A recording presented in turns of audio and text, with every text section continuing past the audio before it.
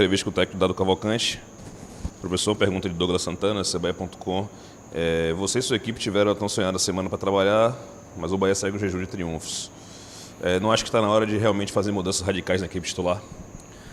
Bom, as mudanças, elas fazem parte do cotidiano. Nós não temos uma condição tão ampla de opções de elenco, de jogadores, então não dá para radicalizar em momentos como esse. Eu acho que existe a mágoa, existe principalmente a dor da derrota, né, da sequência de jogos ruins dentro de casa.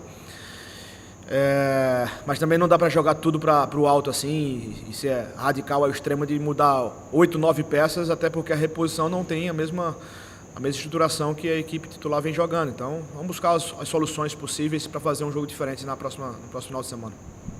Nilson Luiz, Tapão FM, Marcelo Muniz do Galácticos Online, Jailson Barão na Rádio Excelsior, Gabriel Rodrigues no Jornal Correio. Você acha que seu repertório está acabando e a equipe acaba perdendo fôlego, caindo no regimento dentro da competição? Acha que ainda consegue extrair mais desse elenco? Não, eu acho que nós temos algo a dar, nós temos algo a oferecer. Existem alguns jogadores que podem contribuir conosco, né, que estavam ausentes. Acho que nós estamos buscando alguma coisa ainda no mercado para tentar aumentar as opções de escolhas e vamos buscar prontamente sair dessa sequência de resultados ruins na Série A. Del Machado, os Feras da Bola, e Ulisses Gama no Bahia Notícias, Salvador FM. A equipe teve um baixo rendimento de alguns atletas, exemplo de Rodriguinho e Daniel. Ainda assim, você voltou com a mesma equipe. Por que tanta espera para mudar a equipe e por que a manutenção de Rodriguinho até o final?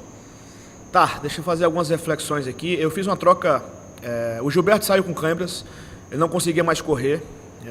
A troca não era Gilberto que sairia, o Rodalega não entraria no lugar do Gilberto, então o Gilberto saiu sentindo, eu tive que trocar o Gilberto. O Michael Douglas foi um jogador que também sentiu câimbra, sentiu um pouquinho de desgaste pela quantidade de piques que deu. E eu fui obrigado a sacar também o Michael Douglas. Fiz uma troca técnica, saída do Mugni pela entrada do Oscar Ruiz e coloquei mais um atacante em campo. Então eu faço também uma reflexão, né, as pessoas que estão fazendo esse questionamento, que a saída do Rodriguinho entraria quem? Entraria um volante? Entraria um jogador de marcação, um zagueiro, um lateral? Não tinha como, né, fazer essa opção, essa condição.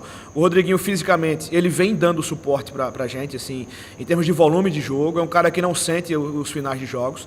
Teve um pouquinho mais de dificuldade técnica, teve um pouquinho mais sofreu um pouquinho mais com a forte marcação dos volantes do Atlético Goianiense, principalmente do William Maranhão, que é um jogador muito forte. Mas é um jogador que pode resolver um jogo, né? No comecinho do segundo tempo, inclusive, teve uma oportunidade e acabou não fazendo, mas faz parte. Essa é a condição dos jogadores que estão em campo, acabou perdendo um gol hoje, enfim. Mas, volto a falar, né, em relação ao que aconteceu no jogo de hoje, a gente teve uma baixa produtividade. Mesmo assim, a gente fez 1-0 e teve 5 minutos do segundo tempo que poderíamos fazer 3-0 e não fizemos. Faltou a competência necessária para conseguir vencer em casa. Marcos Valença, da Rádio Sociedade. Sabemos dos desfalques de alguns jogadores na parte ofensiva, mas com o elenco sub-23 e sub-20, por que de apenas 2 opções ofensivas no ataque? Não vamos jogar a responsabilidade em garotos que possam vir aqui e possam ser queimados, inclusive pela própria exigência do momento, né? O Ronaldo é um jogador que está conosco, que seria uma opção, mas ele teve conjuntivite, não treinou na semana inteira e o único treino que ele fez foi no sábado, e por isso ele não estava relacionado. Por isso também não tinha essa opção do Ronaldo em campo. Mas essa é a condição real nossa, né? Não adianta pegar agora e buscar caça às bruxas e procurar os jogadores que já estão no clube há bastante tempo, que estão sendo avaliados, que a gente busca, e isso é um trabalho que eu venho fazendo, talvez um trabalho que eu faço muito desde o ano passado. Quantos e quantos jogadores da transição vieram para a equipe principal, quantos jogaram, quantos fizeram banco, e eu não me recordo no passado recente do Bahia quantos jogadores vieram das camadas inferiores. Continuarei utilizando esses jogadores, vou observá-los, mas também não vou colocá-los numa fogueira, não vou colocá-los ou transferir responsabilidade para esses jogadores, que a gente sabe que tem um pouquinho a crescer durante o processo de amadurecimento de um jovem atleta. Fábio Passos, do Jogo Aberto da Band Bahia. Você tem mais uma semana para enfrentar o Grêmio. O que fazer diferente para sair desse jejum? Primeiro, avaliar muito bem o que aconteceu. Acho que, como eu falei, infelizmente, o resultado foi ruim, doloroso. Mas foi um jogo igual, um jogo de igual para igual. Tivemos oportunidades claras, tivemos chance de matar o jogo, não tivemos a competência necessária. Vamos extrair o que pudemos desse jogo aí para fazer uma estratégia melhor para o jogo de sábado, perdão. Reginaldo Lima, Sociedade Ninhos de Feira, e Manuel Petitinga, da Rádio Transamérica. Depois de uma semana de trabalho, o que vimos foi um time errando muito ilimitado taticamente. Qual a explicação para essa quinta derrota seguida? Ou quinta derrota nos últimos 6 jogos? Faltou efetividade, faltou matar o jogo, faltou competência e por isso a gente perdeu, infelizmente.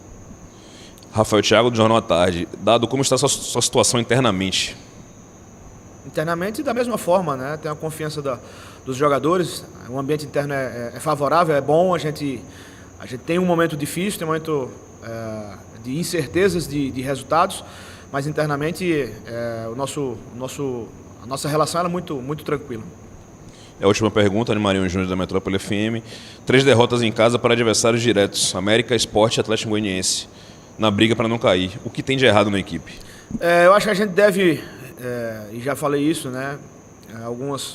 Deve alguns momentos defensivos. A nossa equipe, ela quando pressiona, ela pressiona bem, mas quando joga embaixo não joga tão bem. Nós tomamos um gol de encaixe de área mais uma vez, um cruzamento. Isso já se repetiu em outra oportunidade. E no jogo 1-1 acabamos errando na construção, que ocasionou no gol adversário. Então, o detalhe fez a diferença do resultado. A efetividade que a gente não teve fez uma diferença para o resultado. A competência que nos faltou também fez uma diferença para o resultado. E vamos procurar ser mais eficiente nas próximas partidas.